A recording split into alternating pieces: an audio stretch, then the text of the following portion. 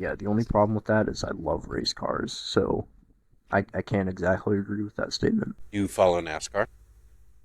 Um, no, F1. I mean, it's really hard it's you have really to run not hard pretty to follow fast. NASCAR. They just keep turning left.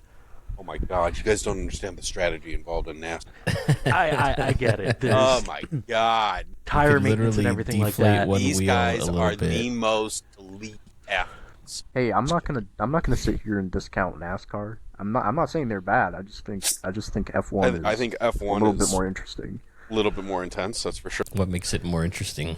No, just the fact that they're not only Right turning turns. left. That's yeah. They're really mixing it up. They're throwing in another kind of turn. I think F1 kind of puts a car and a driver through its complete paces on a track. It's not just I don't know, a matter. man. I'm a It's huge not fan just- of GT. GT's cool, but like getting to go through all kinds of different turns and speed management and everything. It's not just about finding a line and pushing it that way. About being smart. I think. I think Yeah. I'm going to try and go to the Rolex 24 in Daytona this year. Very cool. Because the 12 hours of Sebring is just it's rough because there's really not a lot of shade or seating, so it's like you got to go in an RV and you're out getting baked all day. Do you seem Really? like the type of guy Unless that would you have an do that RV, on that? though? I don't have an RV though. I know. If you need one. I know people. No, you don't. That, Who do that you and know? the issue is there's no RV hookups at the race course. Alex dry is dock, like, I bro. know people. Most the people RV in sites question. in the area don't have room for the people for the race. Yeah, I used to do a NASCAR race every year with my family, down in Kentucky. So we would drive down to Cincy and spend the night in Cincy, and then go to the race in Kentucky. I think the only race I ever took my dad to was a Red Bull Rallycross race. Oh, that would have been.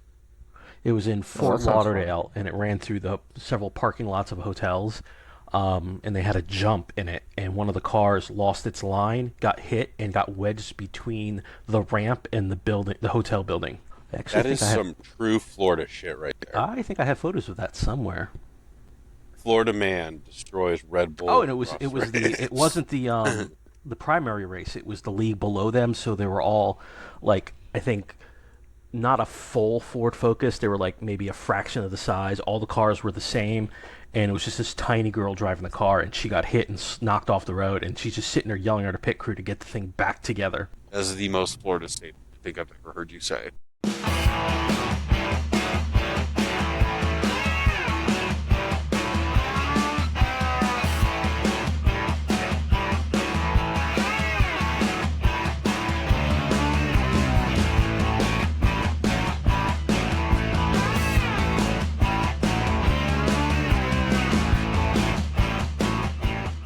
What are we talking about today?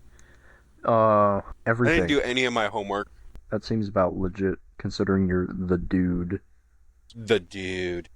Not a genuine hero anymore, guys. I've been demoted to the dude. The good news is that the dude abides. You know that reference, you're old. Big Lebowski. He's old. Damn. Alex, you're so old. See, I didn't know that one. Shut up, you're just as old as I am.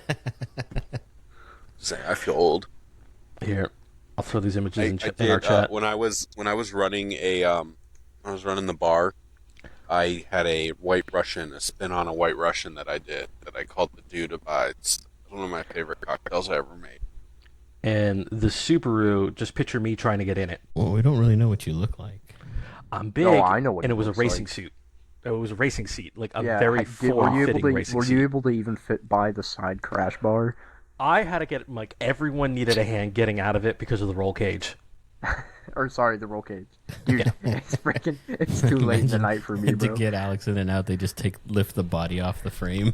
Pretty much. They lift the body off the frame and then pull him out through the hole in the roll cage where the windshield goes. Just tip the car over, shake Yeah. him.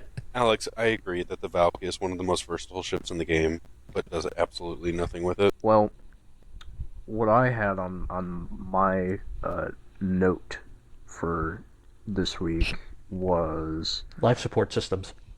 Yeah, that was one of the big ones. I don't know how those are going to play in yet. I remember I watched quite a few videos on that when they were talking about it, so I actually do have information about it. Ooh, Okay, okay. go So crazy. let me, who doesn't have information, tell you what I think is going to happen with life support, and then you guys get to correct me, like you do all the time anyway. So, um, at least my understanding last was that like each ship will have like X amount of life support, and it will be like a time thing or like a percentage of breathable atmosphere. And when you vent it, it will be able to refill at a much slower rate than you're able to consume it. Um, but you can vent certain parts of your ship to like eliminate that atmosphere, which kills fires and anybody who's not wearing a spacesuit. That's it. That's what I got. Well, I think it I've does, got more info, I but think I'll it wait till does we're like refill actually faster recording. than you can consume it. Otherwise, that would be a non-sustainable situation 100% of the time. But in combat, isn't it supposed to be that way? Well, I think you can limit it to be that way in combat, but its default state shouldn't be that, because that just Yeah, wouldn't that would make any ruin the sense. purpose. Well, no, of a the way spaceship. it's going to work is every ship's going to have like a person limit, where as long as you keep like at that limit or below, your ship will sustain life support for as long as it needs to. Let's Yeah. say like the Pisces realistically is only going to have like a spot for like 3 people. If we pile 10 people into that thing, life support's going to run out. They said this definitively? Where'd you get I this didn't from? say. I didn't say No, this. no, no, no, not you. Alex said that Well, he found... it was one of their Inside Star Citizens a long time ago. They were Oh. talking about that. Okay. No, but like this isn't set in stone. But the way it's going to work is like as long as you keep it at like the amount of people you're supposed to have on the ship. Obviously, drop ships are going to be rebuilt a little differently, but like Built when we had more the party different. on this ship, obviously, it's designed to only hold a specific amount of people, passengers and crew. If we double the amount of people in there, that's going to put stress on the life support system. So, But how what do we you can think... do is shut Go off, ahead. like we can close off rooms, shut off the air to those specific rooms, and have more air pump into the main room. Okay, because I was about to ask how that would work for something like the 890 jump, where I think the crew... I mean, maybe they'll go through and rebalance the actual crew requirements, because I don't remember off the top of my head what the crew requirement said, listing is for the 890 jump, but there's a lot of beds and stuff Well, in yeah, there. with the and larger ships, I don't see it being that much of an issue. The smaller ships, yeah, it's probably going to be more. You're going to have to manage it yeah, better. like, I mean, like you said, I am not necessarily surprised by, if you put 10 people in the Pisces, the air isn't going to last that long. Of course not. I also don't suspect that that would be much of an issue for the Pisces either, because if there's 10 people in a Pisces, it's either because A, it's like an emergency evac type situation, or B, they're using it as like a sneaky dropship or something, and presumably all of those people would be suited up anyway. So Yeah, it's not going to be for like if some of those situations you're not going to be in these ships for long periods of time where it's not going to Right. be an issue. But that's also the way it's going to work with fire management. Let's say, well, I guess the Redeemer would be a good example because it does have doors that close off like the top area from the bottom area. yeah, and the turret area, for example. Yeah, so let's say Mike's in the back turret, but underneath him is caught on fire, and he's in a suit. Like, from what I know, from what I saw, you should be able to vent all the air in that room, keep it sealed, and then the fire will go out, and then you could eventually Right. resupply it. Didn't they also say that if you've refilled the rooms that had some sort of fault that started the fire would reignite? Or It am I could. remembering that wrong? From what I read, it could, but it all depends what the issue was. Right. I mean, if it was a fuel leak, then yeah, I would imagine it would probably reignite. But it also Well, comes to things like, let's say we get into a combat situation, they have the way the life support's going to work is they can actually shut down, like if you need more power, you can shut down gravity, you can shut down life support. If everyone's in suits and they're not going anywhere, you don't really need it. And if someone gets onto your ship, they're going to have to work with 0G now. And obviously I that do life wonder- support system, that power, you can push into, the engineer can push it into other systems. I do wonder how that's going to work on ships like the Redeemer, because going off your example, because the Redeemer does not have any engineering stations. They only have, or it only has crew stations, and the crew stations are turrets, you know. So I don't know if you would have to be sitting in one of the remote turrets to Well, I be mean, from what I doing saw, I think there engineering were some stuff. panels on the wall that you could use. Like right next Yeah. to the side turrets chairs, I think there's some Yeah, but then control like I panels. don't. So what bothers me about that is like why wouldn't the pilot just be able to do that stuff from the engineering panel? Because the pilot's trying to keep everyone alive flying.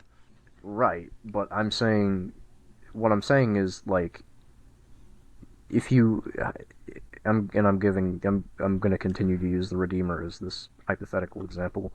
The if you're in the middle of combat, right, and the gravity's already been turned off, would you have to get up out of wherever it is you're at just to go turn off the gravity? Or, sorry, turn it back on if you wanted it back on? Realistically, you're supposed to have that one person that's just the engineer that's supposed to be managing power, checking components, running around. Let's say Well, yeah. we take a too big of a hit and the shield absorbed the hit, but now the shield generator might have blown where it's fixable, but engineer might have to go do a patchwork repair, replace fuses, and reroute power. That's their goal. I mean, their future it does goal. sound like a lot, but I feel like that is what Chris Roberts wants with every person on the ship having a job. You're needing to run multiple people. Like, I mean, he doesn't want it to be a solo experience.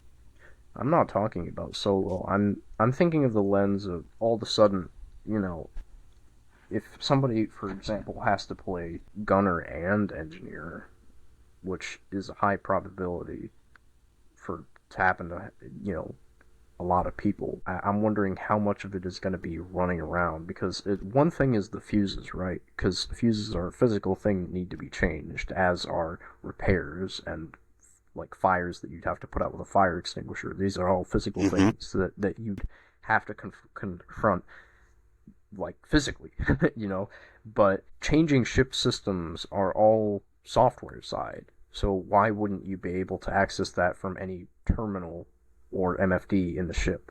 Like, it's all software side, Well, what remember, I mean? Like, a you lot get of what I'm ships saying? don't have a lot of these extra panels around.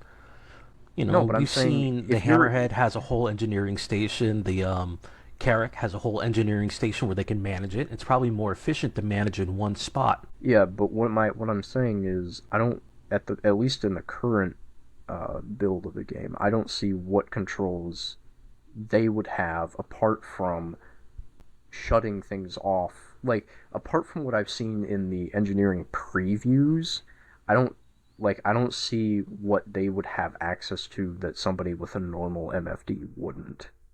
In that Well, sense. not everyone's going to 'Cause- have the engineering. Like the Connie here, one of the co-pilots will probably manage it. Well, yeah, but you see what I'm saying, right? Because not all. No, of you're these just ships. you're making this more complicated than it needs to be.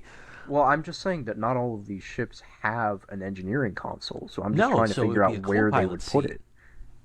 But the Redeemer doesn't have a co-pilot. They only have The gunner Redeemer seats. might be a bad example because Well, it I know, was, but that's you're why. you're I mean, it focused was too much like- on one ship. well, it was also it's like a contest winner. Like some other group of people designed it, and then CIG like made it real, but they may not have taken into account like the future of the game and stuff. So Right. they left engineering out of it, maybe in the planning. I get that, and maybe it's not as important because it's supposed to be like a fleet escort gunship, right? But I don't know. Like, it's still. There are other ships that suffer from that, like the Valkyrie is another example. It doesn't have anywhere for an engineering station, nor does it have physicalized components. So it does beg the question that Yeah, but if a they lot are of planning these to, ships can be fixed with a simple panel on the wall. right. I'm just saying that if they're planning to do all of this stuff and have all of these ships ready by 4.0 to be able to do life support and all this other stuff, then I'm just trying to figure out how it would work, especially for ships that were never designed with that sort of thing in mind. Well, I you don't also think got to they're also planning think, on having every ship ready for 4.0. and some of the smaller ships you're not going to have to be able to do. Like A Gladius, you're not going to do engineering on it other than you get out of the ship, pull out the broken the component, and that's all you. They've explicitly said that that kind of stuff won't happen in fighters. Right. Yeah. And Pisces, God forbid, you take too much of a hit. You're not fixing it. You're blowing up. Yeah, I don't know. And I also do wonder how the fire extinguishers are going to work. Like, are we... Because, like, you know how... And I'll use the multi-tools as an example. Like, you can't just use a multi-tool on anything. You can only pick up specific things with a multi-tool. So I'm wondering if they're going to do the same stuff to fire extinguishers, where you can't just, like, spray them everywhere, and you can only spray them on fire. I don't know why. I think at first, yeah, but eventually you'll be able to. I think the beams need to go away. Certain things need to be magic beams, that tractor beam or repair beam. And I think that it's a great way to implement something at first, but as you expand upon the technology and the use case for that item, then maybe you can physicalize its... I thought the fire extinguishers were going to be like the chemical spray. That's what I was understanding as well. Yeah, but I don't just know. sprays, and if you're aiming it at fire, it hits fire, then it affects the fire. Otherwise, it just You're does just nothing. spraying it and wasting it. Kind of like real life. Yeah. Kind of like that rocket ship I tried to make with fire extinguishers. So no foam parties here. I mean, we can make a foam wanna party. do a I'll get foam naked party. on the bottom of the ship. What? You're not going to see me naked. Please you know. don't. Please don't. Please do not get naked oiled up in Definitely the bottom of the opening ship. that Please. cardio I never bay. said anything about oil. What's your fantasy here? Anyway. Sean, do you have secrets that you'd like to share? No, I'm talking about multi-tools. What about That was another multi-tools? thing. So I don't like the fact that they're adding batteries to the multi-tools. Yeah, but we And knew the- that was coming. I know, but the only but it's reason still I don't like it annoying. is because that there's now there's just the possibility that you happen to not notice the battery level on your multi-tool and you just drop a crate on your head and die. Your fault for not being prepared, Boy think it'd Scout. be some kind of why do you warning. have the crate over your head? Yeah, Well, that what too. if you're moving it? I mean, don't tell me you Shouldn't put it never over your head. had a crate Yeah, over that's your just- head at some point. That's just stupid. That's just bad Amazon protocol. Look, all I'm saying is these batteries better not be like great value Walmart batteries that run out within 5 minutes of plugging them into something. Yeah, if they because- drain too quick, it's just gonna make it even worse. Like if I have to carry like 5 multi-tool batteries with me to get anything done, that's gonna be really annoying. Yeah, and I'm curious the if amount they're of going to stuff- have the amount like of what stuff you're you can lifting is carry. going to change the battery consumption. Right. I was already expecting that, but I'm saying, like, in addition to that, if they expect you to carry, like, 10 multi-tool batteries, they better not take up a ton of space in your inventory, because the amount of stuff you can carry in your inventory is already pretty dang small compared to, what you can fit in a 1 SCU container. Like, you can't even put a backpack inside a backpack. You can't even put a small backpack inside a big backpack in Star Citizen. So Well, you're going to have to think about your loadouts. If you're going to go in the combat, obviously you're not going to be carrying a lot of, multi-tool batteries. You're going to think more on med pens, ammo, and stuff like that. Right. If we're doing more moving, yeah, our gear is going to be outfitted differently. yeah, but I also see it through the lens of the multi-tool has both been marketed and also proven to be a kind of indispensable tool that is quintessential, and you can't really not have one. I mean, you can, but it's like 9 times out of 10 you'll end up needing it, and you just want it. If you don't have it, you're kind of screwed. Well, that's poor planning on your part. Just keep an extra battery on you for the time being. Huh? You say so, dude. I'm just I saying. keep several bottles of water, several things of food, extra med pens because, Mike's going to knock me out sometime. It's a very accusatory cough there, Dave. I'm sorry. It was just a normal cough. I had some spicy chicken fries, and they are a lot spicier than I thought they were going to be. And my mouth's burning a little bit, so I apologize. The whitest statement ever. I know. I am very white. I make sour cream look tan, guys. Overly I've been Caucasian, do not allow on dance floor. My vanilla milkshake was really good, though. Hey, yo. So, ship Showdown. Yeah. I think so. Since the Argo Cargo, wait, did the Argo Cargo win last year? Or was it somebody else? 2 years ago. Last year was Was it the it was something Corsair? disappointing. maybe. I don't remember right now. Yeah, but yeah, yeah. The Argo was 2 years Corsair ago. and the Vulture, Yeah. I think. Astropub created the Argo cargo debacle of 2 years ago, and last year was the Corsair. Corsair, and then also the Vulture got one. Yeah. I think the 600i was also one of the final So- placements. I can't believe the egg won. Does it Yeah, feel? Does it feel to you guys also that this new category thing they're doing was to try to stymie any attempts to make "quote unquote" lame ships win again, like the Argo cargo? 100% rigged. Yeah. The reason the Argo cargo won was to prove that it was rigged. How does Like, that the prove it was rigged? The big content creators all got together and convinced all of their audiences to do this, to prove maybe prove it wasn't rigged, but it wasn't done by CIG. It was done It by was the Right. content run by the creators. fans. Yeah, Yeah, it And was just so- memed into reality, basically. but then the next year you get the Corsair. And, don't get me wrong, Right. Corsair's kind of popular, but like also was the new ship that Corsair year is too. a hot piece of garbage. I wish it wasn't so popular. I liked it when honestly. it came out. I mean, I don't Well- mind it. It's just so finicky. Well, yeah, It's the big for no wings. reason. The wings make it really like the wings are interesting looking, but honestly, I think they could have kept the asymmetrical look like without of the actual hull itself that the hull has, and then just put the same wings on both sides, like the little quad wings, and basically make it into like a little X-wing type looking thing. I really think the turrets should have been on the top and bottom. Yeah, I can hear like So That really, realistically would solve a lot of the problems on the ship. I mean What it's problems? You got 8 forward-facing guns.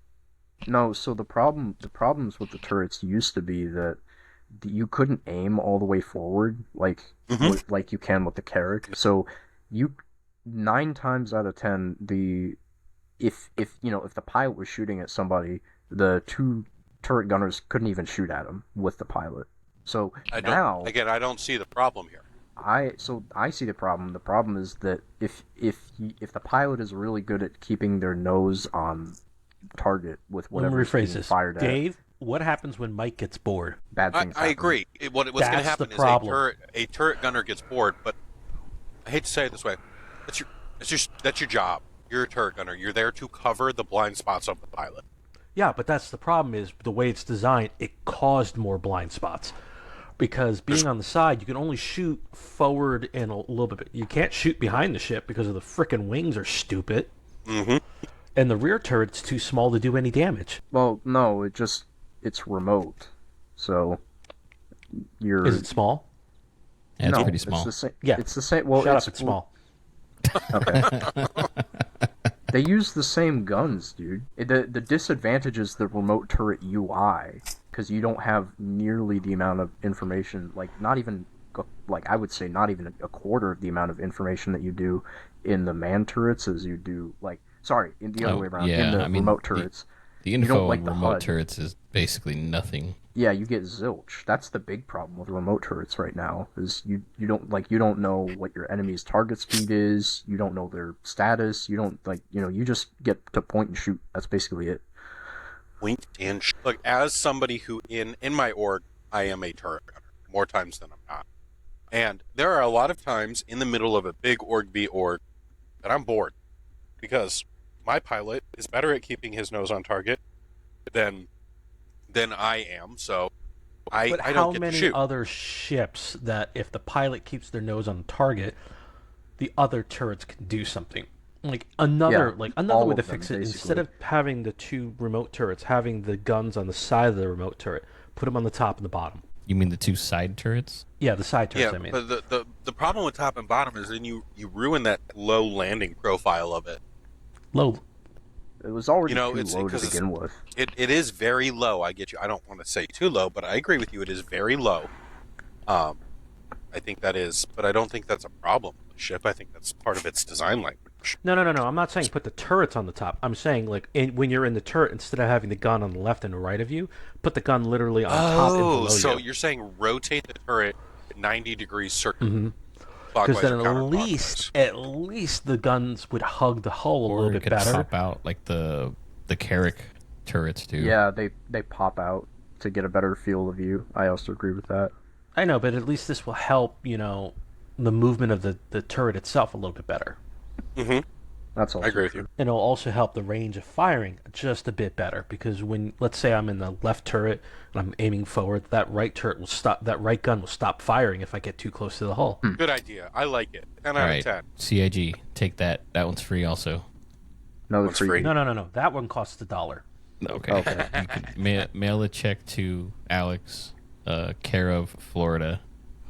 Care of Florida. They'll get it. Florida Don't man. worry. Oh yeah. Send a check to We Florida gotta Man. change your in-game name to Alex Florida Man. Idiot So Florida Man? many of my handles before I picked this one was Florida Man or Was it Florida really? Man Junior. Oh Florida no! Man Junior. Oh no! That's disgusting. I'm not gonna Florida lie to Man's you. your dad, is what you're saying. If I had enough people, I was actually going to compete in the Florida Man games. Okay. Mike, didn't you have something you wanted to say about the potential for griefing at jump points? No. I mean, there's going to be conflict and problems at jump points if the Navy is not present, because that is why you put a Navy at those places. Like, It doesn't even They matter, do have though. some work Like- arounds for that. Let's say I'm going to air quote here, a boarding party is ready to jump through the jump point, because they're going to do it in groups. It's not going to be everyone can go whenever they want. They're going to group people together, like maybe 5-10 ships at a time. And once everyone gets harmonized with the jump point, everything, right before they fire the beam into the jump point, let's say someone gets in front of you. If they're not harmonized, the jump point's going to push the ship out of the way. Yeah, So that's going to everybody keep people keeps from talking getting in about front of you. It's this, not going to like, stop people from shooting you. being pushed out of the way. I feel like the entire thing is just kind of dumb the way it works. And that's okay, so without then, if without you the had- benefit of knowing the reasoning why or anything like that. Just my opinion is that it should just function similarly to Quantum. Like, you just turn on your jump drive and let it spool up and attune by looking somewhere in the neighborhood of the hole, and then you just fly into it. I don't know why we got to sit there and stare at it for like 5 minutes and do all these things and just be Because grouped they up don't together. think Like, it doesn't make any sense. as many players as there are assholes. I mean, that's a grave mistake, because I would actually do the op. I would think that the vast majority of players are probably assholes. And the fact that it's like you have to sit there with your shields down unless there's some sort of protection, like the station has defense turrets around there. A lot of ships Which are I going to believe- do I that. believe it does.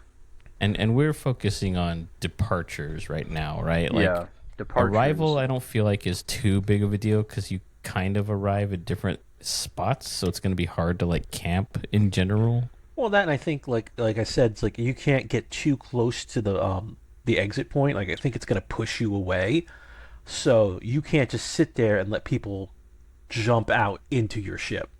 Yeah, but you're also like assuming you're in front of the ship. Like, you can do a lot of damage from a good distance away. Yeah, I Like, mean, how far is this thing gonna quote unquote push you? You know? don't know, but the fact that it bugs me that you're going to sit there without your shields on while you do Yeah. all this. It just I I mean- don't know. I don't think it makes sense to just sit there and stare at it for a while feel- when you I could feel just do like all if that you're- work you're- beforehand. If you're inside this special quantum bubble, you should probably be invulnerable to being shot. Or like the attuning creates like an energy shield around you. Yeah, or not an You energy phase out of shield, existence. You phase into a different plane. something well, no, like that. the videos yeah. I saw, it looks like it creates, as you attune, it looks like the bubble around you looks like an energy shield. I don't know if I would call it an energy shield as much as it's probably like electromagnetic, just It's like a energy, field, not like a shield. Yeah. So in universe, the way it works is a quantum generator, a quantum drive, creates a fold in space in front of your ship and behind your ship, creating a quantum envelope around your ship, allowing it to move between points in space.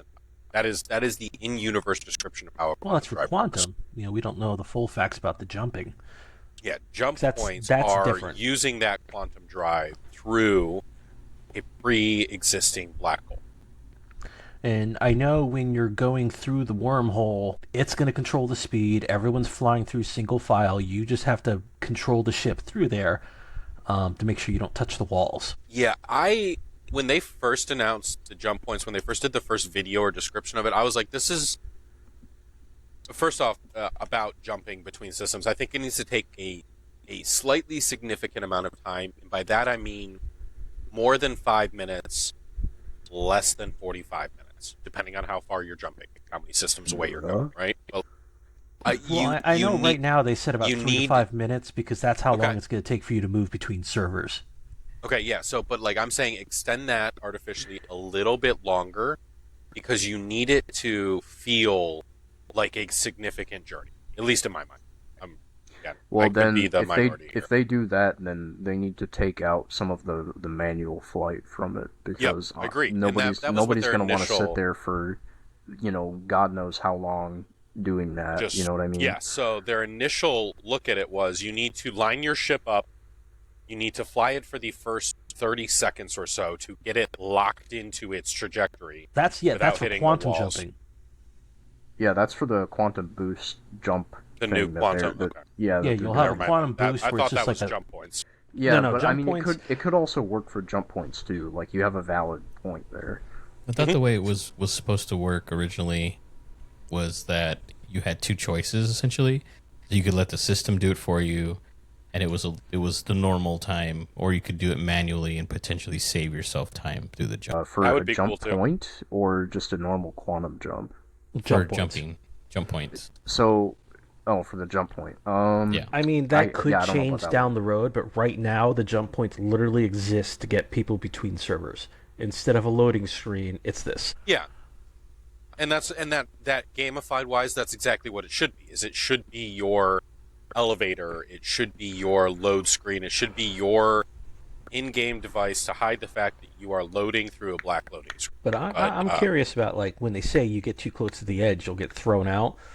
Where will it drop you? Will it drop you near the original where you went in, or will it drop you off at, like, Microtech?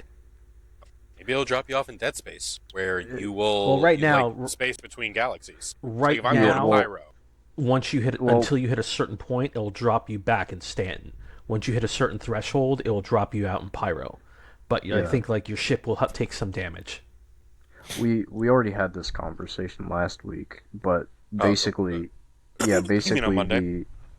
well, the whole thing of what happens currently is like Alex said, past a certain threshold, you get dumped somewhere random in the system that you were headed to, and before that threshold, you get dumped Oh. somewhere in the system Hello. you came from. Did you get 30K? Yeah, but my mouse was moving. What? Oh yeah, I think sometimes That's funny because I didn't. I think sometimes you have to do more than just mouse movements, because I've tried to go AFK without getting kicked before with only mouse movements, and I still get kicked anyway. So anyway, what was I saying? Oh yeah, and then remember, Dave, we talked about how it would be cool if they had, instead of just plopping you somewhere, they had like an in between deep space area that could be its own little place to explore, specifically for the people who screw up and fall out of the wormhole. Yeah, we Yeah, had that this would be cool, like combo void space. 2 episodes ago, I think. So Yeah, if it was anyone's listening is curious a little bit more in depth about jump points and moving between systems, go check out that episode. So 2 episodes ago, or that last I think episode? so. No, I Well, was if it here was for last that. episode, you would remember it. So it No, had to I be the wouldn't. one before. 'Cause last episode I was working. We didn't No, he's- record. Oh, brain so then yes, zombie. it would have been 2 episodes ago. Okay. A Understood. slave to the 9 to 5. Yeah, but I mean, I think I don't know how they're going to do jump points then, because I guess my information is a little outdated since, as you guys probably heard, I'm having troubles with playing the game recently due to my subpar hardware. It's nothing against the game; it's against my hardware. I mean, it could partially be the game's fault too. That's not outside Sure, the game's realm of probably possibility. gotten much bigger than my hardware can handle, and I'm not saying my hardware is bottom tier, and it was chugging along for a while, and it works for most games. But Star Citizen's a big game. I think it's just a poorly optimized game.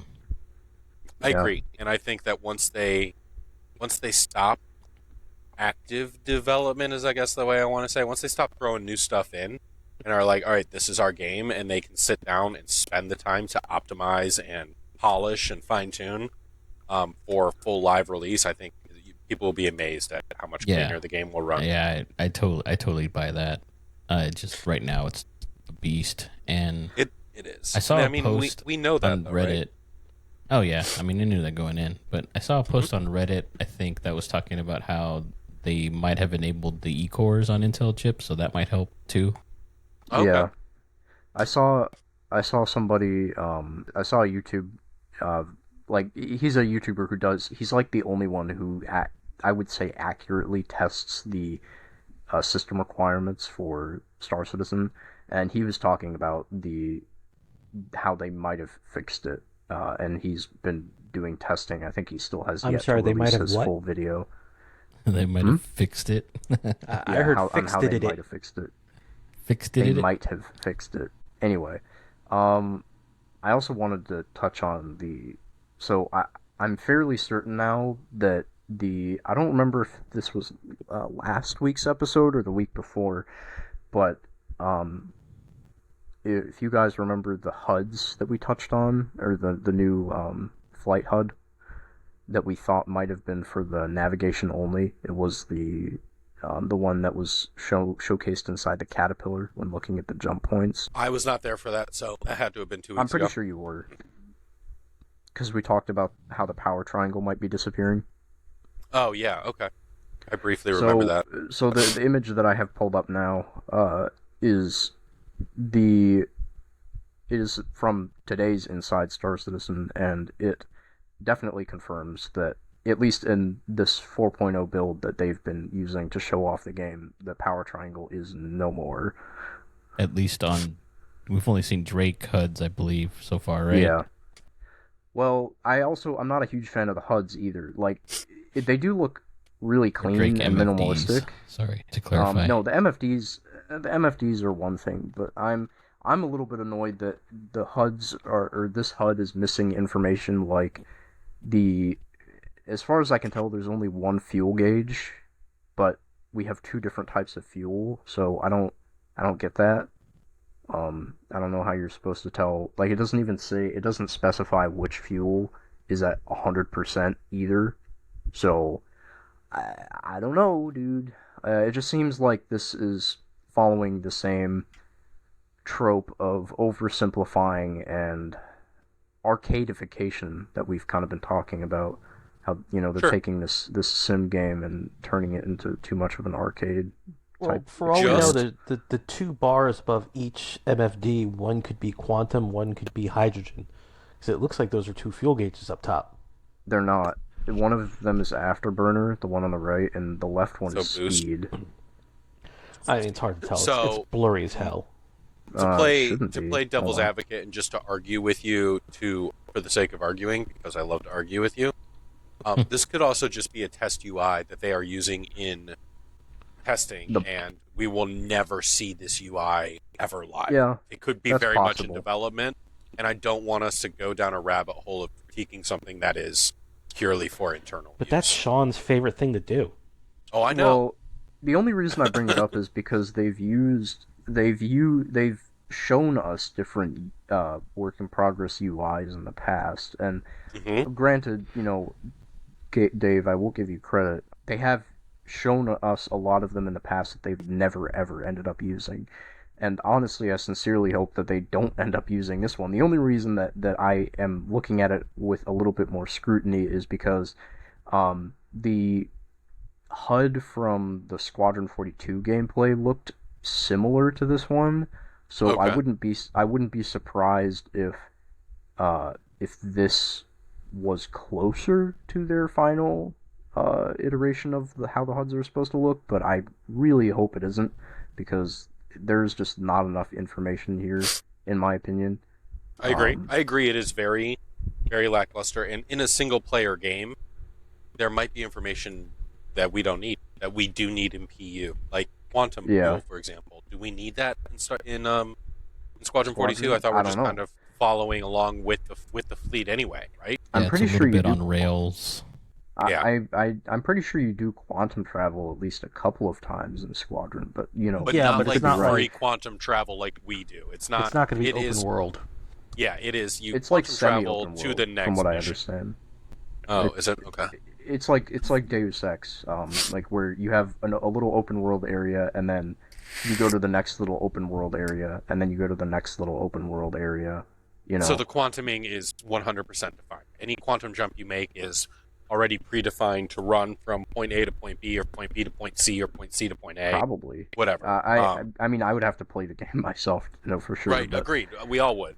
But if it's like that, then there's no need for us to know about quantum fuel because those jumps are all right. But anyway, so yeah, that was one thing that really bothered me about this new flight HUD. And again, I Sure. don't know if this is their final version or what, but you know, I don't.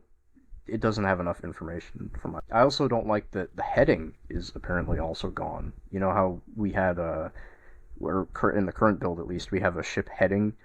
It's not necessarily north, south, east, west, but the heading does help. It's a number, right? Yeah, it orients you at the bare minimum. Yeah, but it could be because they have the character looking away. It's not showing up right now.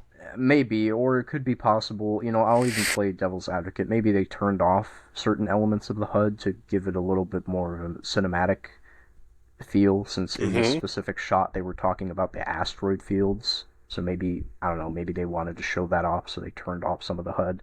Yep. I mean, yeah, realistically, we have no way of knowing. I'm just saying that with what I can see definitively, it does look like the power triangle is going away on the MFDs. So I can say that. But in regard to the HUD itself, I don't know enough. I'm just saying that if this is something that they're planning on doing, I sincerely hope they don't, because I don't think it's enough as it is. I agree that the way it looks in that picture is nowhere near enough information. I would be all for a slightly toned down UI.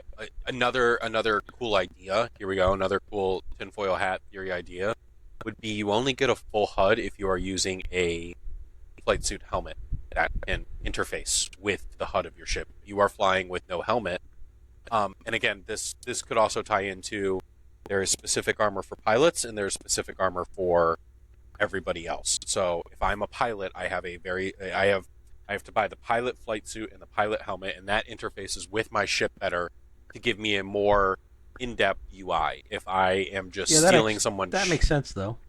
Right? And if I'm stealing someone's ship and I have an FPS undersuit on and I take off my armor because I'm not able to fly with armor on and I'm wearing just a basic undersuit to be able to survive in a vacuum, then maybe I don't get the full UI because this isn't my ship and I don't have the right armor or helmet on. Or any helmet. That's just so weird, dude, though. Like, if this is, 400 years in the future or whatever, why wouldn't you be able to just project whatever HUD you want into your helmet? Like, I understand the having certain Maybe he things has for a certain pop-up blocker gameplay on. loops, but it's just, it's just so silly. It's like, why make roadblocks for stuff that realistically wouldn't be there? I mean, for crying out loud, people have, farmers have workarounds for the GPS farming tracking on their tractors that they didn't want to pay, $15,000 to John Deere to put it on their tractors. So they have like freaking workaround so they don't have to pay $15,000 to put on their tractor. Like there's But so if you were to come steal my work computer and try and log into it, would you be able to probably. pass the biometrics and everything? Is it running Windows? Yeah. Yeah, absolutely. Okay, so you would be able to, but how long would that take you? Would you be able to do it on the fly while you're running away from me? Probably not while I'm physically running away from you, but if somebody... But you get what I'm saying, though. Yeah. It would require some work or some toolkit or some software that you have and have the ability to use, which is great for you. So maybe me, the pirate, if that's something I want to invest in game, is learning how to do that, I can do that, but I'm not going to be able to do it by pressing F to enter the pilot seat. Yeah, but take all some I'm saying time. is that seems like a pretty silly thing to just not have a HUD for. That's all I'm saying. No, but I also get having more of a combat-oriented HUD built into a helmet. So if you're looking around, you're seeing more important details on your helmet, and the regular details are going to be on your forward screen. Yep. Isn't that the speculation for these specialized armors, though, is that they would have HUDs and things that apply more to Their role. I guess, Yeah, what which you're that trying to makes do with them. sense. I think that's cool. I love specializing. I love having the right armor for the role I want to do, and even if that means having a deficit in something else that I'm not doing on a regular basis. I don't like jack of all trades. I like being able to say, I'm an engineer. I'm the engineer of our group. I'm going to be wearing an undersuit and an armor that means I have faster traversal in 0G because I'm the one who's going to be flying around the ship in 0G trying to fix all the systems that you guys are defending. And Sean, I want you to be able to wear a pilot suit that gives you less of a likelihood to black out during high G maneuvers and, a better HUD where you're able to see the subsystems of an enemy ship on an overlay to know where to target them. And I want our gunners to be able to have a similar style thing. And I want, that kind of thing. And then when you pull back out of combat, who cares? Then you can go back down to a very basic, minimal, I'm going this fast in this direction type of UI because there's no combat. But I like specializing. I just think specializing in specific regard to a UI is stupid because all of the things you just mentioned have absolutely nothing to do with a HUD.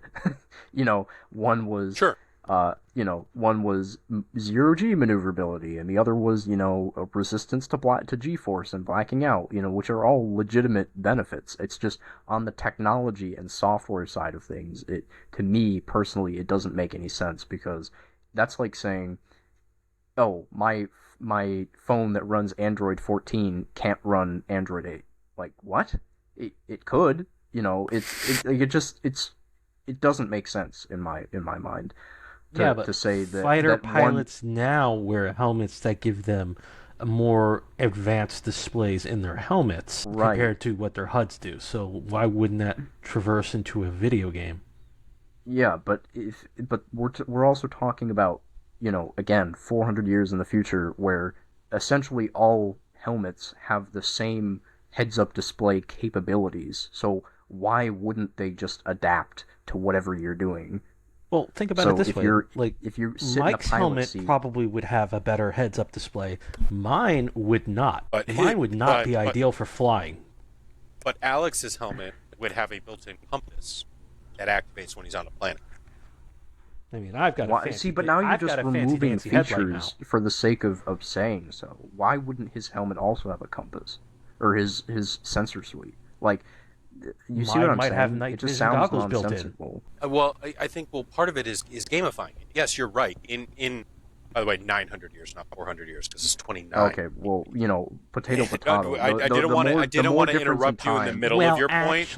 I needed to correct you after your point because I needed to correct you. But you're right. 900 years from now, every sensor should be available in every suit.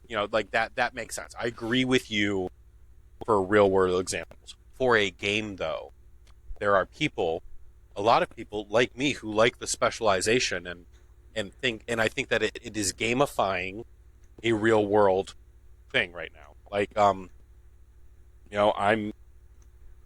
not an engineer. You have tools and programs and things in your real life that you use on a daily basis that I do not because of your profession.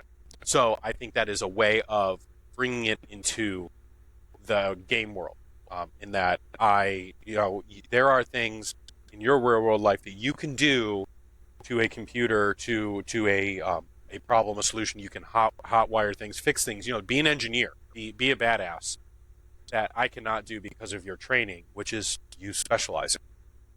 So, Dave, then the problem arises with your example of what about the people who can do everything? And, well, by everything I don't mean actually everything, but they can do many, many things. So now, at least in my mind, your argument of, it's, or I guess not about the gamifying specifically, because yes, it is gamifying to say, this only has this role because we say so. But, there are people who could do multiple roles, and they're, as much as CIG doesn't want it, there are going to be people who have to do multiple roles out of necessity many times. So, Agree. you know, And there I'm not will be saying, a jack of all trades armor setup that gives you You're not great. Like, you might not get all the stuff for engineering, but, you could still be a backup. Yep. And if you are flying in a small crew situation where you need to fill multiple roles, then you would be able to. Maybe not as effectively as if we had a crew of, like, if we were in a Hammerhead, maybe all of us could do some engineering to be able to compensate for the fact that we're in this giant ship as a crew of 4 and not a crew of 13, Right. I'm just trying to point out the fact that I think, especially from a game balancing perspective, it's better to put incentives on something rather than hard, like, limits or limitations. So, I agree. So to say, like, to go back to your earlier example, to have wearing a certain suit of armor would benefit you as a pilot because of resistance to G forces, or zero G maneuvering for engineers, or explorer outfits, stuff like that. Those are things that I would count as, I mean, they are active buffs, but they're more like soft core incentives to do a certain thing a certain way, rather than flat out saying, no, you can't do this, because I have this very fundamental belief that options are good, and when people come out and say, no, you can't do this thing just because we say so, it's just not fun. So, like, within certain contexts, it makes more sense for something not allowed because we say so. Like, a good example is when we used to be able to use tractor beams inside of stations just anywhere we wanted. It was actually really helpful in a lot of cases, but specifically because of the small percentage of people who abused that to, like, kill people and things, we got that taken away from us. So, it's really unfortunate, especially because it was objectively super helpful, like 99% of the time for, most of the people who used it responsibly. But, I also understand it because people just would not behave themselves. So you got it taken away. I don't view these utility focused armor sets as being limiting. I think they do exactly what you say. They give you options. And so the way I look at it is it's similar to, like, ship manufacturers. They all have kind of their advantages and disadvantages in general, despite whatever class they're in. But, like, if you do want this specific helmet, it does these specific things. And I think you can make that, I guess, in line with reality, but via the idea of price points.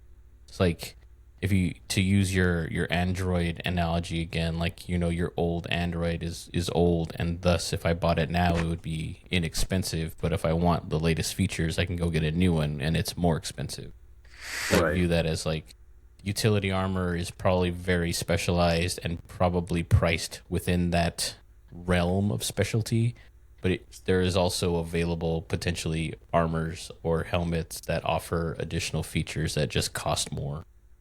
So, the only reason that another reason that I bring it up is also because of the nature of cosmetics. Like, if you want to wear certain things to look cool,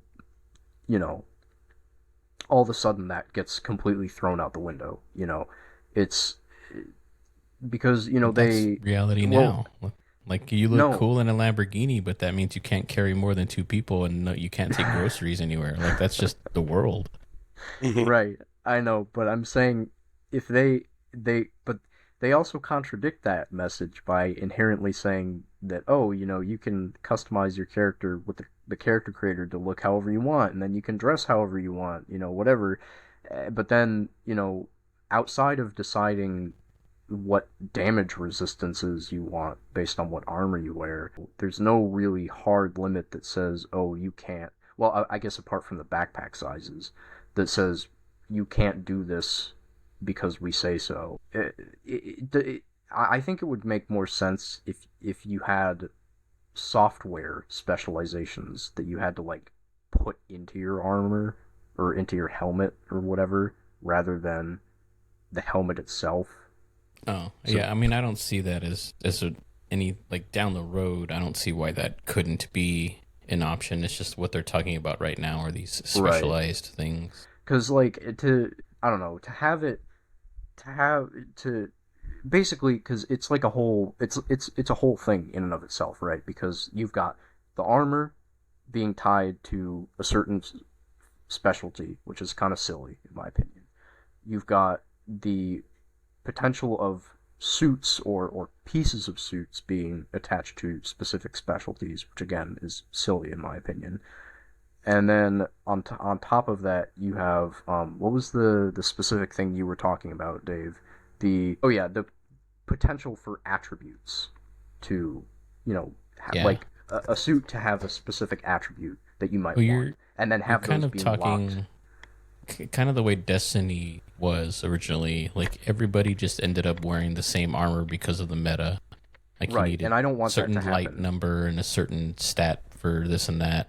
That's what I'm saying is I don't want that to happen, because I mean you already see it with the Mazarov armor, because it's so commonplace, and like it's heavy armor, and most people just wear heavy armor because they see it and immediately think, oh, heavy armor, best protection, but then they don't take into account the fact that you run significantly slower, you can't jump as high, and you consume way more food and water. At least it seems like you do. So I don't want to see everybody wearing the same suit just because that's what the suit is. You know what I mean? Yeah, and it coming from a person who wears this because they think it looks like the best armor, not for any other practical reason. I do it because I'm fat and it gives me room. Well, I mean, that's your own thing.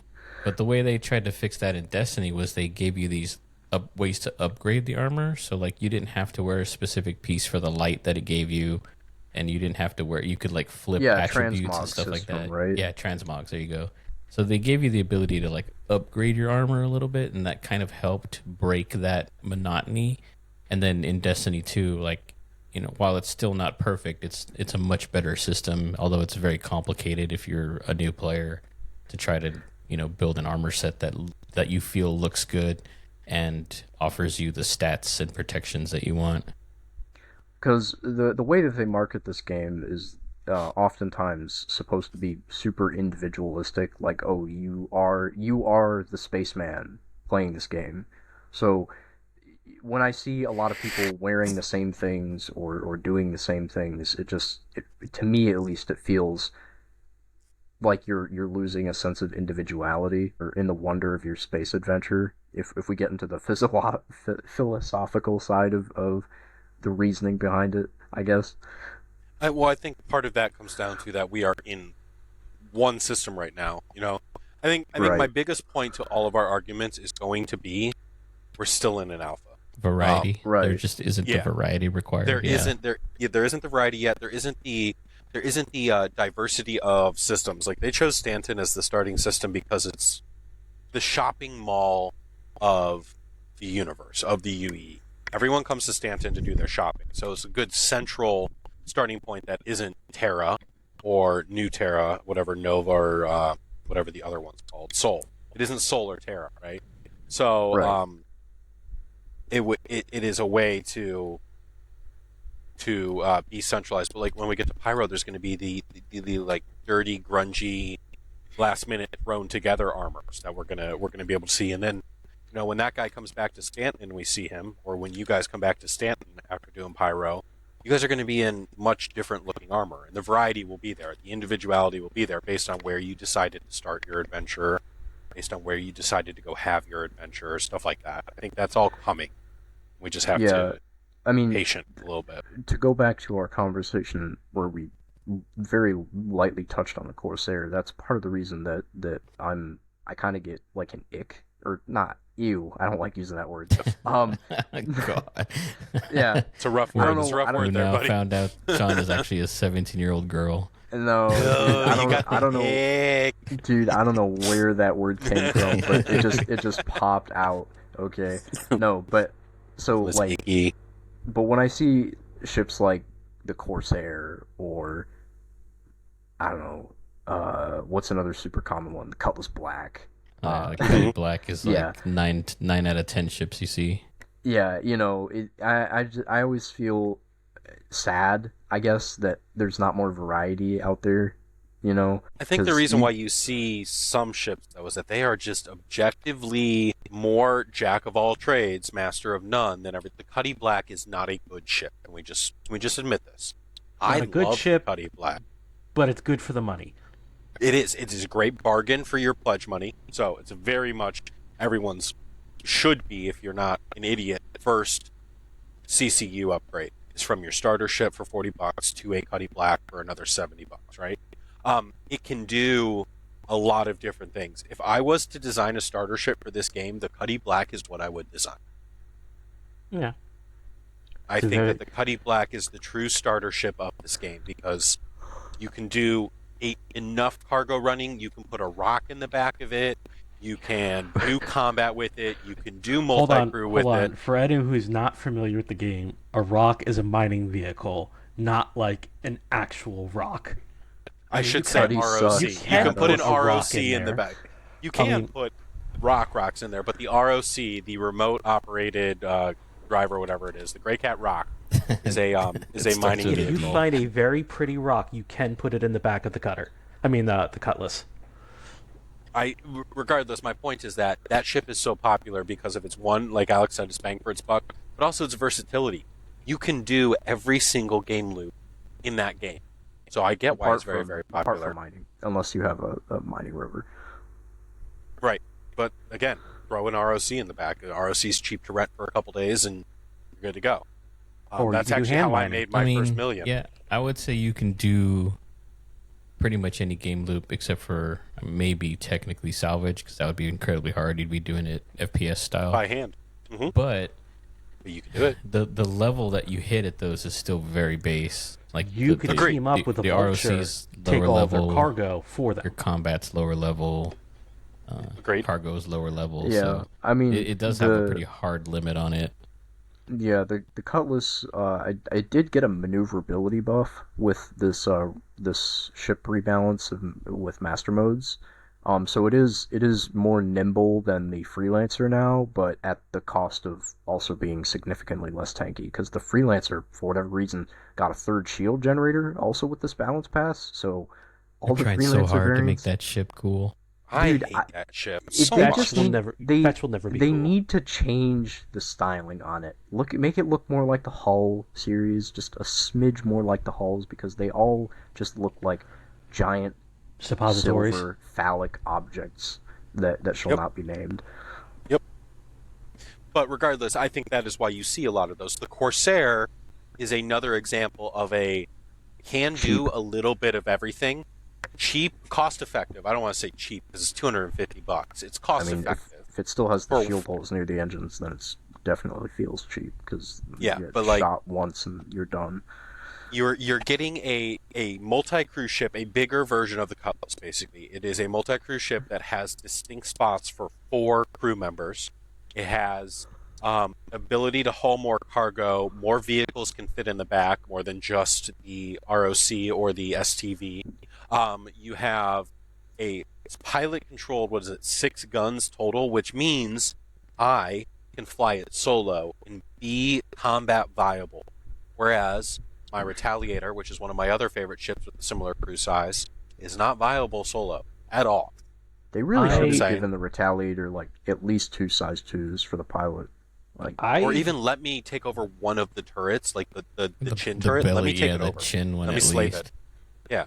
If nobody is in it, let me shoot, like they did with the Redeemer. But like yeah, that's it's a I little think bit why silly, the Corsair especially is so no, popular. sorry, go ahead. No, yeah, I was done. I was just finishing up that the I- Corsair I- is very I popular just think for that reason. it's silly considering the Eclipse has at least 2 guns on it. Like, granted, they're pea shooters, but at least it has them for the pilot. So They're bulldogs, right? They're size 1s. yeah, they're size 2s, but Are they? I mean, I fly the Eclipse regularly.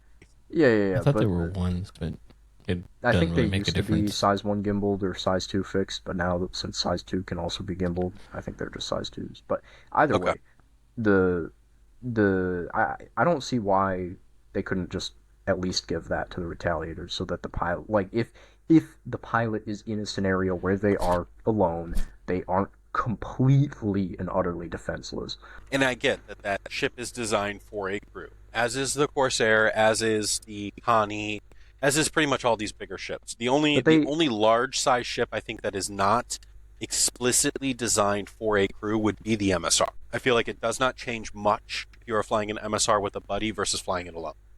It's fast, it's supposed to run away, it has pilot control guns. Well, you get another turret. You get another 2 size 3s. Right. That's I it. mean, yeah. Yeah, that's...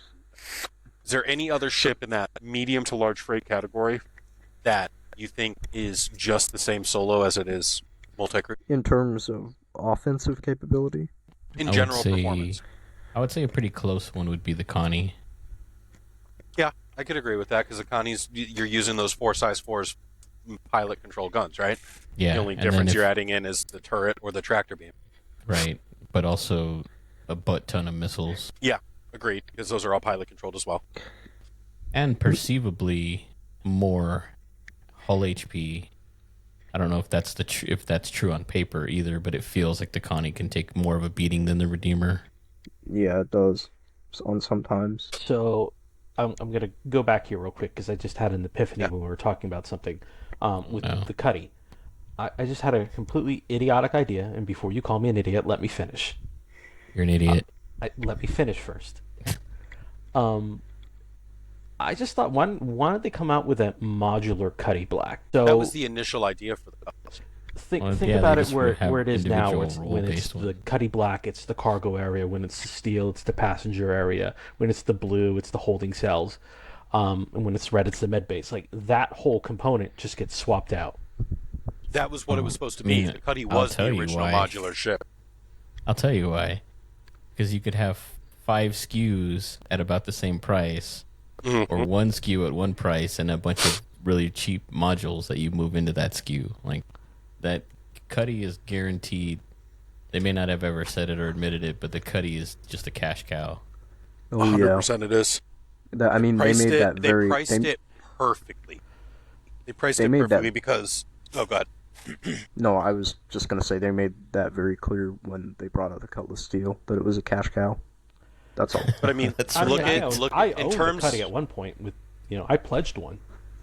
in terms of pricing model, just look at where they put it. Like, let's think about a normal game, a video game today. If you're going to buy a console game, costs. Sorry, Now they're like pushing $80. $70 plus tax. yeah, let's just say $70 to $80, right?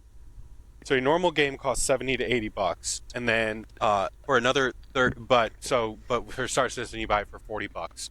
A large ship in this game costs upwards of $200. So let's put it at $100, because I, as a stupid consumer on my first week of Star Citizen, bought the base package for $45, and then was like, I can't do anything with this Titan. I have like 4 SCU of cargo. Titan's great, but like I can't do much with it. And my buddy's flying around in a bigger ship, and then it's like, but for like 40, 50 more bucks, I can buy the Cutlass, and now all of a sudden I've spent $100 on your game. Their business model was phenomenal for that one. Yeah, it's made out of paper mache, but it's a versatile ship. And look how many different versions they came out with it. And you could do another And the Cutlass 2, Steel, maybe? now that they upped the armor, actually can take a beating as a dropship. Yeah, the Cutlass Steel almost has as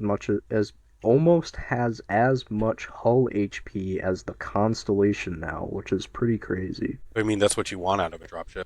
Yeah, dude, it was honestly laughable. Shields get ripped before. through, but It the hull will take aligns a more beating. closely to that role, definitely now. I still remember when they first announced the Cutlass Steel, and it was an absolute laughing stock because it still had all the same specs as the Cutlass Blue. Yeah, it was absolutely ridiculous ship. It was like, I'm not gonna load 24 people in there if we're gonna get blown up in 2 hits.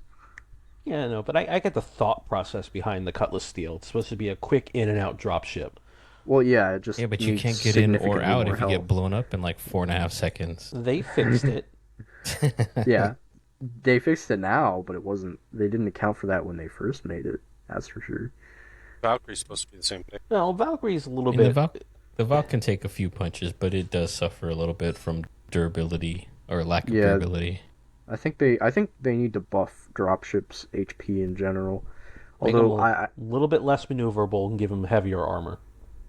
no, the maneuverability is fine, especially with the Valk, because the Valk, even if if you were trying to use it as like a heavy hitter, it isn't really. And we've had this conversation before privately where the Valkyrie is really good defensively, but offensively it's not great. Even a Hurricane is better offensively than a Valkyrie, I would Yeah, think. but a I mean, Valkyrie, you're not supposed to be going to look for a fight. It's right. supposed to defend itself while dropping people off. Yes, and I acknowledge that too. I think the Prowler is probably the weirdest dropship of the bunch because it has like too many offensive based I'm weapons. not counting that. Yeah, it's because if you think about a dropship, it's really supposed to have weapons orientated towards defense, but all of the weapons on the Prowler are pilot controlled, so it's like, it doesn't really follow the same doctrine as defensive in nature. Lore-wise, it's supposed to be a stealth dropship that like sneaks up on somebody, gets in behind a ship where it's not visible. It frickin' glows in the dark. How is that stealth? Look, in space, nobody hears you scream or sees you. It also has the biggest cross section of any ship too. Agreed, Yeah. but like lore-wise, the Prowler was designed to get into the blind spot of a ship and basically parasite onto the hull and let the Tavaran What? funnel out the sides and breach through airlocks. That just sounds like good marketing. And again, that's lore. I'm not saying that's what it's going to do in game, but in lore, that is what the Prowler was used for by the Tavaran. Who's Alright. it? Who makes the Prowler? Banu? No, It's Aopoa, isn't it? Or Asperia. Asperia, That's right. which makes the Tavaran replicas because there are very few actual Tavaran warships left after the second. I thought. Thank God for that. Oh, never mind. No, go. The- Do it. The Talon, No, the I was Talon just and the gonna We say, heard I Alex's idiotic idea. I just thought that. Excuse me, jeez. I just thought that the Asperia ships were using some Tavaran technology, but it was a human-led company, so I'm not They sure are. how. You're 100% correct. They are replicas of Tavaran ships that are no longer in production because the Tavaran economy doesn't exist Are anymore. they are Tavarans they part of the replicas UAE. or are they modified? Like They their are own version? recreations. They Interesting. are, hey, we have seen these ships live. We fought these ships live. There may be real ones out there, but we are going to create, as best as we can, they're replicas. Like, okay, here's what it would be if it was made by a human company using the same specs and look and model and purpose. Gotcha. It's like a kit car. Yeah, it's like if I wanted to get a Model T, right? How would I do that? You buy one? No, Model Ts. You tell me Ford still 14 produces the million. Model 2? No. 14 Exactly. million. But I have a neighbor who has one. Is it a course you legit frickin' Model would. T? Yeah. It's a legit Model T, like Yeah. from the factory in Detroit. That's cool. Let's just use this a little differently. I don't want to drop $500,000 on a Cobra, on Yeah. a Shelby Cobra.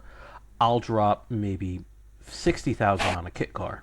That's exactly what it is. It's a human-led company that took the Tavaran technology and designs and recreated them for human pilots. Oh, Yeah, hold the on. Tavaran Someone board. in Twitch needs the ban hammer. Are they arguing with me? No, they're trying to sell promoting us their views. garbage. That's the worst. I don't understand why. I would never do that. I would never go into a Twitch stream. Sorry to go on a tangent here. Never go into a Twitch stream and promote my own stream. Like that's No. just They're that's dirty. No, trying it's- to sell us It's a bot. viewers. Yeah. Gotcha. Yeah, no, that's even worse. Dude, I don't even know why they even bother. I mean, I guess some people do it. But It's all like, a numbers why? game, man. Some Yep. people have to do that just to make Or- affiliate. or affiliate. Yep. Yeah, I guess. Yeah. Luckily, we here at Heroes of Han don't care if we hit affiliate on Twitch. And I Which think that is- the second you do care is the second you turn into a soulless monster. Streaming should be, I like sharing my games with other people. And I'm make gonna some make money on off the of it, side. great. That's cool. That's cool, but I'm here to game.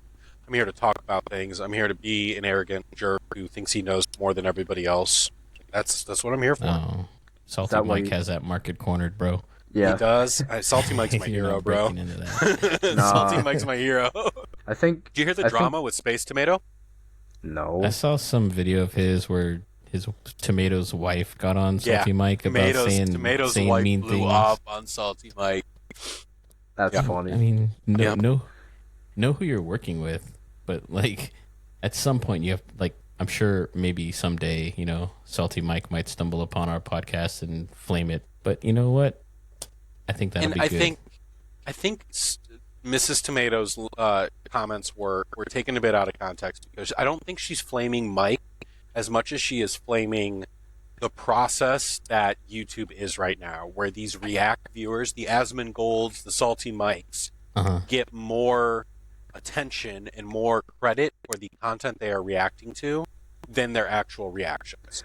So, like, I know that, like, I learned most of my YouTube drama news from Asmongold, not from the people actually producing the videos, because I watch Asmongold react to the videos and hear his commentary. I'm not saying I always agree with it, but my primary source of getting that information is from a reactor.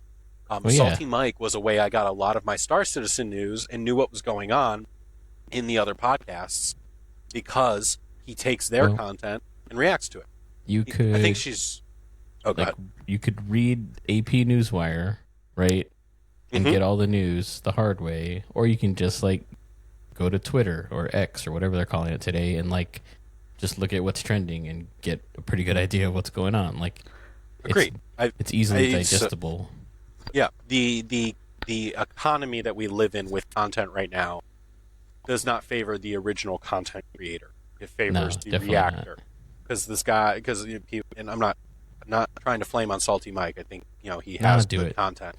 But what React people get to do is they get to take the hard work of other people, poke fun at it, or comment on it legitimately and constructively. But they get to sit there and watch YouTube videos all day and just surround themselves with a court of people who are there to like feed into their ideas and just have fun based on other people's hard work. Whereas some of the content creators like Space and even like us and like other people have to do original content. We have to sit down and come up with an idea of what we're going to talk about. Whereas somebody who's a reactor could just take our podcast and go, well, Dave's wrong about what he said here. Ha ha ha. He's an idiot. Or Tuesday doesn't say anything, so he doesn't know what he's talking about. You know what I'm saying? Like, so on so forth. Yeah. Good thing that guy's not around ever. I know, right? But, I don't 100% agree with you or 100% disagree with you. I think while I may not be Salty Mike's biggest fan, I can understand the amount of work that does go into what he does. But from an outside perspective, I feel like Space Tomato puts like 10 times more work into his videos. Oh, yeah. Dude, agreed. He does actual research. As far as I can tell, also from kind of an outside perspective of somebody who really doesn't watch Salty Mike more than, I don't know, than people showing me clips from stuff he said. Objectively, to me, it doesn't look like he puts in much work at all. His stuff is all, to me, just seems really rage baity. Like, CIG said this and they didn't do that, and I'm pissed. And I'm reading these patch notes, and they didn't fix it. Anger, I feel like in a modern context, you've got a legit news station in Space Tomato, and then you've got TMZ, Salty Mike. You know what I'm saying? Like, yeah, that's pretty good. Yeah, like Space takes legit time. He reaches out to content creators and developers and people involved with the project who have differing opinions, and he interviews them. He talks to them. He gets an idea of what's going on in the verse and stuff like that.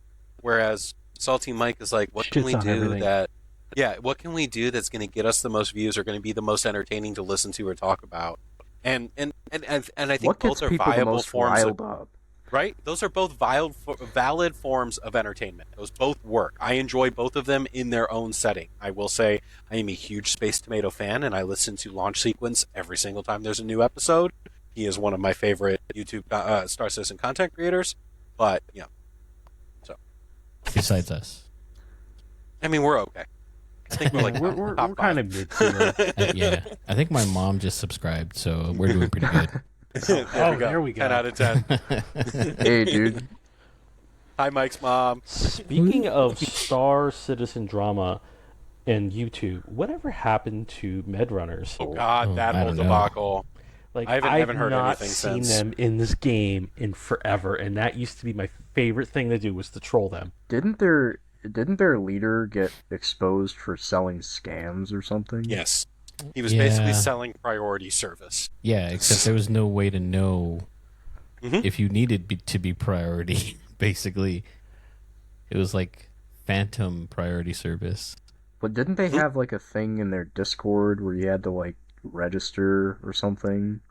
Yeah, I didn't don't you know. register, Mike? Yeah, You- dude, that was like yeah, more than you a regis- year ago now. Well, okay, so the way it used to work, or at least from my personal experience, was if they were on the server, you would send out a message or a beacon, and they were usually the ones to get it, and they would come and help you. And then I guess some group of naughty people were putting out fake beacons and assaulting them and, you know, basically trolling them. I don't know who that'd be. We never got that far. And then We what planned they on did, it. We never got that far. well, they mean, I've created a done it. website where you had to put in like where you were, your handle, and all that kind of stuff. And Didn't they would- also ask for your email too? As, Yeah, like, they asked for a something? lot of personal I don't information. know. Originally, I That was don't a think big so turnoff. because I also heard that there were some players that would continue to troll them by just putting in fake calls. And then I think that's probably when they pushed it a little bit to require a little bit more information so that they had, I guess, some accountability for it. And then at some point it turned into like, oh, we have so many requests and we have so few med runners that if you want to be at the top of the list, you send us, you know, X number of dollars and we'll put you at the top of the list. But there's no way to, you don't see the list.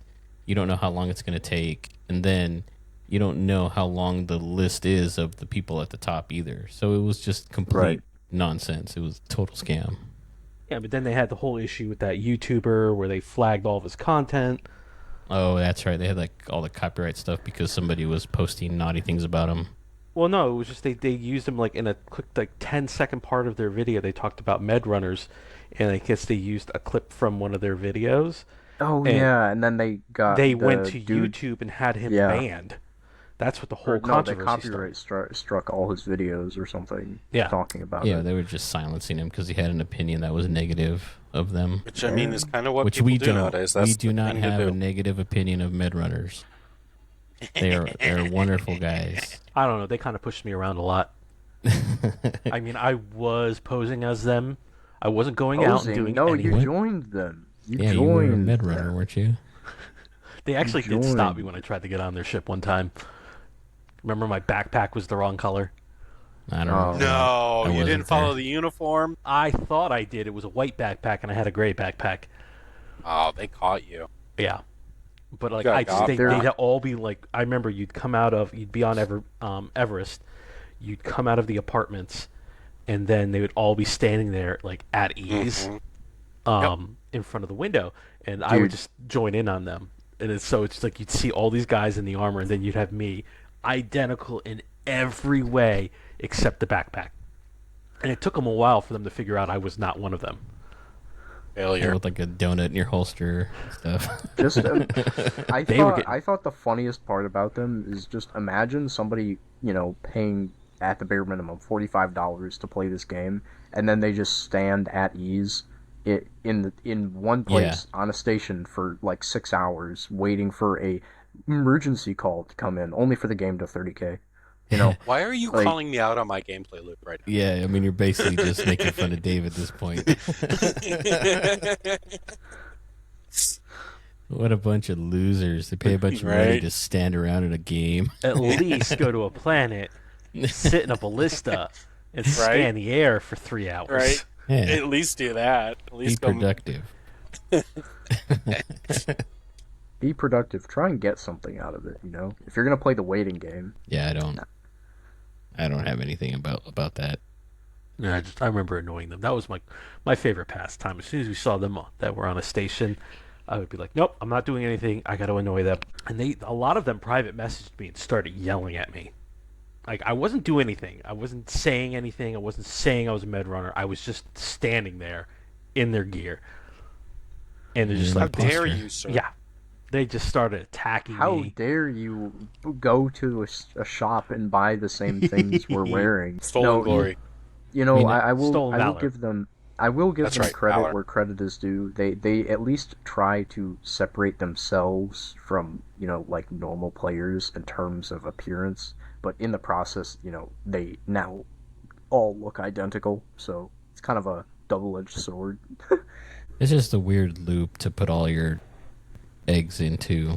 Like, it's a weird basket of a I game would loop. love if the metagame loop was better. I don't know how else to say that. I It's mean, not right better. now, there's Better's really not no the way right to word. get an unconscious body onto a bed to have the bed do the work. You have to use a med pet or something to get them up. Well, you can. There's supposed to be when I just remember when 3.15 launched. They added with it the ability to, when you're dragging somebody, to like hold F on a bed and then pick them up and place them on the bed. It's just so buggy. It never has Yeah. worked right. It was I there don't. I briefly. still think it doesn't work to this day. But at least now we can respawn on the beds within distance. Tier 1 beds have infinite respawn range, right? I don't think To my it's knowledge. infinite, but it's like negligible.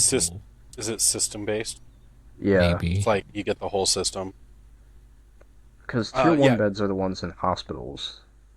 Yeah.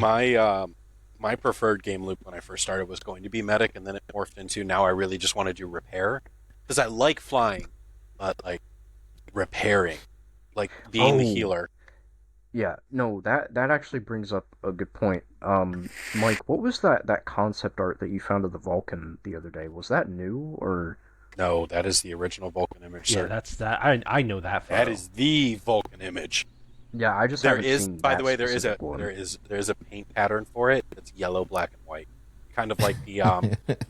oh, okay. I was like, what are you talking about? Because I was picturing the vulture, and I was like, I don't go around looking for pictures of the vulture. And I realized it's a completely different ship. Yeah. You're talking- pretty. The only reason yeah. I bring it up is because Dave mentioned, repair and refueling, and the Vulcan, just as a ship by itself, is really cool looking. It's very industrial. Yeah, I just know you're it's a the big size of Halo a fan. Cutlass. So, and I saw that meme of it looking like Master Chief, and I was Master like, Chief. oh, I send this to Sean. Yeah. It is so it's supposed to be like Cutlass size roughly. Crew of 3 to 4. 3 to roughly. 4? A pilot and 2 drone operators. I thought the and drones then were maybe an autonomous. I thought They're not. drones are They are like they are remote operated drones. You need Huh. so basically you get four drones in the Vulcan. 2 of them can be active at a single time, each one being controlled by an individual person. And then you have a backup. And then those drones can be customized to. They have 2 customizable slots, basically 2 arms: refuel, repair, or rearm. Any one of those 3. So you can do one drone that is both repair arms, which would repair a lot quicker, or a drone with a refuel and a repair arm for like AAA style stuff, or a drone with double rearming to throw extra missiles on as quick as it can, et cetera, right? And so, in theory, the crew, we would be a perfect crew for a Vulcan. Because like we would have 2 drone operators, a pilot, and then an engineer. And then it has 12 SCU worth of storage. It's supposed to be like the AAA pickup truck of the verse. where Road it- Warriors. Yeah, it's supposed to come out and help you It's get not back gonna on fully track. repair your ship. It's No, gonna patch it's going to get up. you to the nearest station or the Yeah. Crucible. It's- That's what's going to do.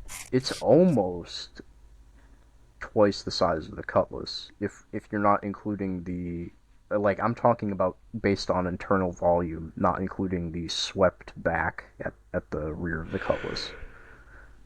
Because you have to remember that the landing ramp accounts for I would say at least 6 meters of the Cutlass's overall length, and then you have the engines mounted right above that. Anyway, the Vulcan kind of looks like a mixture of some farm equipment and a really interesting spaceship. definitely has like a tractor cab thing Well, going yeah, on. Yeah. I obviously see it's not supposed John to be designed for maneuverability or speed. No, definitely not. But I think the fuel tanks are underslung by the looks of it. Also, I just found a piece of concept art that apparently there's a hanger in the front of the Javelin for one of these. I don't know. Like specifically designed for the... It seems that way. Vulcan? I don't know if that's still true, but there's a concept art piece with it from CIG's website, so I don't know. Here is Starship 42. If you look at my screen, here's Starship 42 Fleet Viewer showing the Vulcan and the Cutlass. Of course, yeah. So, but if you look at change. if you look at it from the side, you'll see the difference that I'm talking about. Oh, the Vulcan's probably taller. Whoa, what did I do? And you broke it. Well, it's not about the height, it's about the length, because the actual cargo hold of the Cutlass cuts off, like, I think either halfway or maybe a little bit more than halfway from, like, through the Vulcan. Okay. If you don't have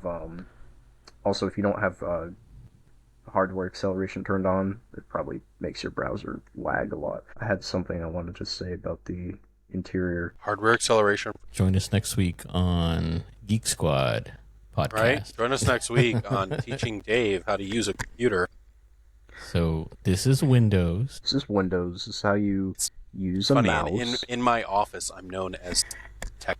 Like, I'm not our IT department. But our IT department is a boomer who worked for a tech company at one point. It's interesting because some of the concept art depicts it as also having a window in the rear of the ship.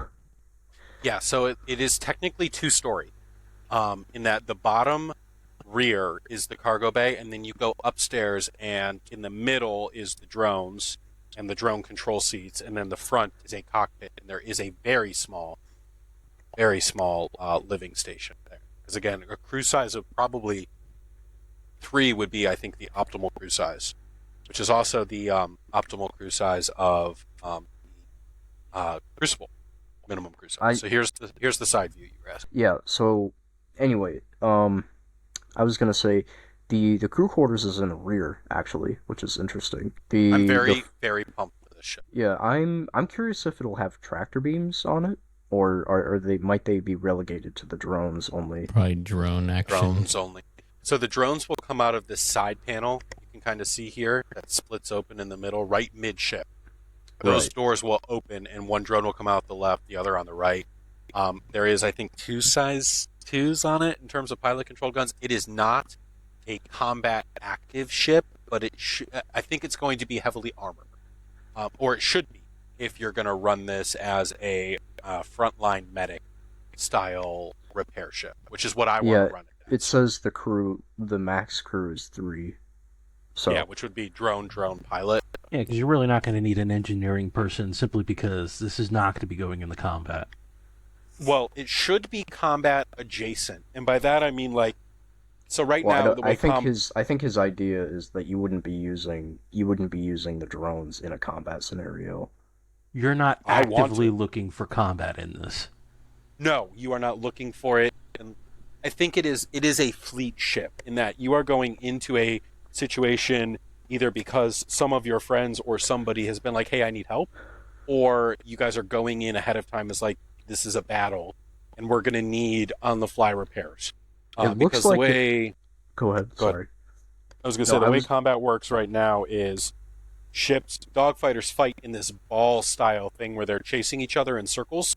And so your Vulcan, I think, will be like a missile boat where you'll want to be on the edges of that circle, close enough that your drones can get in and repair very quickly, far enough away that you're not a target, or a viable target, and that if you get targeted, your dogfighters are able to converge on whoever is targeted.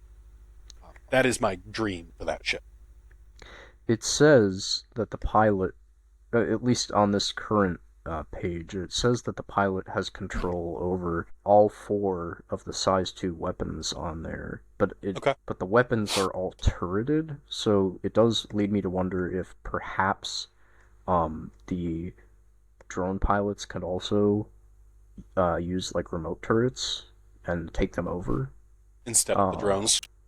Yeah, that's seems like it would make sense, but I don't know. we'd The have to Vulcan see. and the Crucible are my two dream ships, so that's what I want to do. I think the Vulcan would make a lot of sense for them to bring out for Pyro, and it could potentially, maybe, possibly be one of the 7 vehicles that they're working on right now. I It wouldn't. want to believe that. I really, really do. I don't think it I think would be though. yeah, I thought drones got put on the very Yep. very back burner right now. Yeah, That is the problem. Is that it would drones got only put on the work very- as refueling without the drones. So No, because it refuels with the drones. It doesn't Yeah, refuel so like it the Starfare. Basically does nothing. It's like wait, the it refuels with the Starfare drones? up What, until what are the recently. drones going to do? Grab a fuel hose and Yes, hook it up? basically the drones will have an internal inventory where they can either bring ammo, RMC to repair, or fuel. And What? then they That's will so use their inefficient, arms. though. Yeah, Why the wouldn't you drones just are use a bigger fuel than you hookup to think. transfer it? They're I not wonder like what the pesky range of the little drone mosquito is. drones. It is decent enough that you do not need to be in combat, but if you get far enough away, the drones automatically deactivate and remain stationary. Well, that's good. So you would be able to get them back if your drone operator flies them out of range. But it is like I mean I don't have the number in my head, but I just know that the mechanic will be that the drone operators in the Vulcan will be in the Vulcan, and the Vulcan itself can be far enough away from a area of conflict that the drones are the only thing in there, doing what they need to do without having to get too far away. But should a drone get left behind, it will just go dormant and stay there if you can find it again. Yeah, Whether or not it has a quantum beacon. I just don't see why you wouldn't also be able to establish a fuel hookup to the ship itself. Because it doesn't have the nozzle. It doesn't have the equipment to do it like the Starfarer does. It's not Yeah, the way but- they built it. But they could just put a nozzle on the bottom. The nozzle is a completely separate attachment that they could literally just slap somewhere and say, okay, here's the nozzle. you know? I mean, they could, but I don't think that's the purpose of the ship. I don't think that's what No, they're going to but do. I'm saying that it may not be the intended purpose since you're supposed to rely on the drones or whatever, but it should be capable of doing that. Otherwise, you are essentially denying a full service like refuel because you then you could only refuel as much as the drone carries, and it says on the wiki at least that the drones can only haul small amounts of fuel and ammo for friendly ships. So that means it would have to return to the Vulcan, pick up more, go back to the ship in question, replenish it, go back to the Vulcan, But go that's to the probably ship. why it has like just 4 back and drones, forth. while you bring back the drone and it's replenishing, you just send one of the second ones out. And also, in yeah, a You're also refueling just describing situation, the Crucible, really, is what you're doing. and in a refueling situation, at least in my mind, for the Vulcan, that is a very peaceful, peacetime activity where I would be right next to you. If you're out of fuel and I'm coming to fill you up in a Vulcan, I'm parking right next to you. My drones they could basically pop out of their bay, turn around, activate on you, turn back around. It's not going to take long. And yes, it's ferrying small amounts of fuel from the Vulcan to the, it's like the AAA truck who brings the can, the 1 can of gas to get you to the gas station to refuel your tank. I'm You're not not there. You're not Yeah, gonna I'm get back not to there to 100%. replace You might get back to ever. like 30%. Just enough to get you enough fuel to finish your jump to a station, to the nearest station. Or at least land. And yeah, if there's any refueling being done in combat for like Furies who are running out of Atmo fuel, then it's just enough to keep them going for a little bit longer and a little bit longer. It's not ever topping. It's a top off. It's not a refuel completely. The Crucible, on the other hand, I think is more of I'm going to fly it somewhere, I'm going to park it, and people are going to come to me. The Crucible's also ugly as hell. I'm just gonna throw that Stop out it! there. Don't mess with my teapot. It Yeah, doesn't dude, you're- need to be pretty. It just needs to be practical. I think the Crucible is one of the coolest ones too, because the center circular part rotates like a rotating diner on top of a tower, and detaches. He just wants you And to it- just go to the CN Tower in Toronto. No, that's what I'm What? saying. You take the CN tower, you take the top off, and you attach it to a mobile garage. That is the Crucible. But that detaches, so the part where the ships land, that big square looking When thing, it can be detaches left and flies somewhere. away, I wanted to hear. Yeah. Well, that's what's going to happen is because like to repair 890 jumps and to repair bigger ships, 890 jumps, Krakens, whatever, you're using just the crab-looking arms, the spider arms on the side of the Crucible, using just that command module pushed up against the capital ship. Yeah, whereas you everything detach like from the from the what's landing, it called? the landing bay, the Scarab, bay, like the bed. Mm-hmm. Yeah, thing. So I think that's a super cool mechanic too. I'm surprised that the most surprising thing about the Crucible is that it's made by Anvil Aerospace, and because it looks really alien. You know, it does not look. I think it does. Yeah, I think it is, and it is one of the earliest, like a Defender. It is a very early Anvil ship, but it does have the circle that all Anvil ships have. It just, well, yeah, but it just looks really strange, man. Like, you know. It is a very early design, but I think Like, the Vulcan would become my day-to-day, and the Crucible would be my, we need it. So what, okay, you say that. What exactly is your day-to-day then? Yeah, what's your idea of a daily driver, Dave? Like, currently, my daily driver is an MSR. Okay, I could see it. You know, Right, you do so data a mining, daily- you got some cargo running. Right, a daily driver is a ship that if I log on, I don't know what I'm going to do, I have options, and I have at least somewhat of viability to go do just about anything. Now, the Vulcan does not fit that. The Vulcan will be my daily driver. That doesn't sound like a Vulcan at all. Vulcan at all. It's not. Because the Vulcan will be my daily driver because it's my dream ship, and all I want to do is repair it. That is what I will fly around in that thing and do nothing for 8 hours if I get to repair at least one person. You know what I'm saying? Like, that is. I could swear you said the same thing about the Starfarer, though. Yeah, I do. He That's also why said, I have a He also Starfarer. said the same thing. No, you also literally said the same thing about the God, what was the ship? We were literally just talking about it earlier. The Retaliator. You wanted to have half torpedo, half cargo smuggling operation. And that's what I'm doing with it. I'm doing with it right now. It's exactly what I'm doing with it. I'm doing those things. Though I will tell you, the Starfarer, I have never refueled anybody in a economy. I'll let you setting. refuel me. No one has ever bought fuel. I would. Yeah. It's broken right now, but I would be very, very happy to do it. And I have done it successfully before, but it has been about a year since I have ever docked with somebody and refueled them in the Starfarer. But Yeah, I I've never am refueled a stranger or been refueled by a stranger. in my Retaliator though. I am running 4 torpedoes in the front and a cargo bay in the back. Or yeah, that's how it is. 4 torpedoes in the front, cargo bay in the back, and I'm running drugs out of Jumptown and Raven's Roost. That's what I do when I go play, if I can play. Is 100% what I do.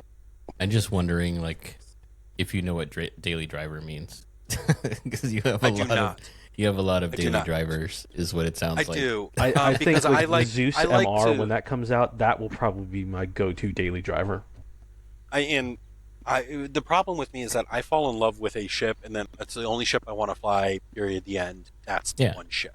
I mean, it sounds to me like ships for you are kind of like armor for Sean. Yeah. Like you want to own it and use it because it looks cool, or it does, or you like it, or something like you enjoy about it, and not necessarily like what it's made for. Like you cruising around on a Starfarer is really impractical. Agreed. But you liked the ship enough to use that to fly around just regularly with. I did for a long time, actually. And then during Daymar Rally, I used it as our support ship. I took off the fuel pods and used it to hold all our extra cyclones when we were practicing the Daymar Rally ones. But that makes sense. I think the MSR is a good daily driver. I think the Spirit is a good daily driver. I think the Cutter or the Corsair both fit, and the Cutlass. I think those 3 Drake ships all fit the concept of a daily driver. This is something that can do combat, it can do cargo, it can do a variety of other things. It can get you from place to place quickly and allow you to be flexible with your play for the day. You know, I oftentimes end up flying the Cutter. I don't even know why. It just I brought the Cutter out here when I came back to Alex's ship. I would use the Cutter. It's a quick little ship. I mean, normally I grab the Pisces if my Cutter's destroyed, but it's usually I flip between the Cutter and the Pisces. The Cutter definitely has, and I think we've touched on this briefly before, but it definitely has a charm to it that kind of feels like I'm out in this alone by myself, me against the world type of feel to it. I think what I like about it is it doesn't have more than 2 doors to get through. Yeah, That's Crusader, calling out Crusader. I love the C1. Like that's kind of my daily driver when Sure. I'm not in the mood to fly like the Cutter or whatever, but it has so many doors, and I don't know, it just feels like it takes forever to get in the pilot seat versus the Cutter. I can't wait until the engineering gameplay actually lets us permanently lock doors open. Like because I absolutely guarantee you 90% of the doors in the Starlifter don't need to be there all the time. So they're just gonna stay open and nobody can do anything about it to stop me. So, I had fun. thank y'all You're not for supposed to have tuning that. in.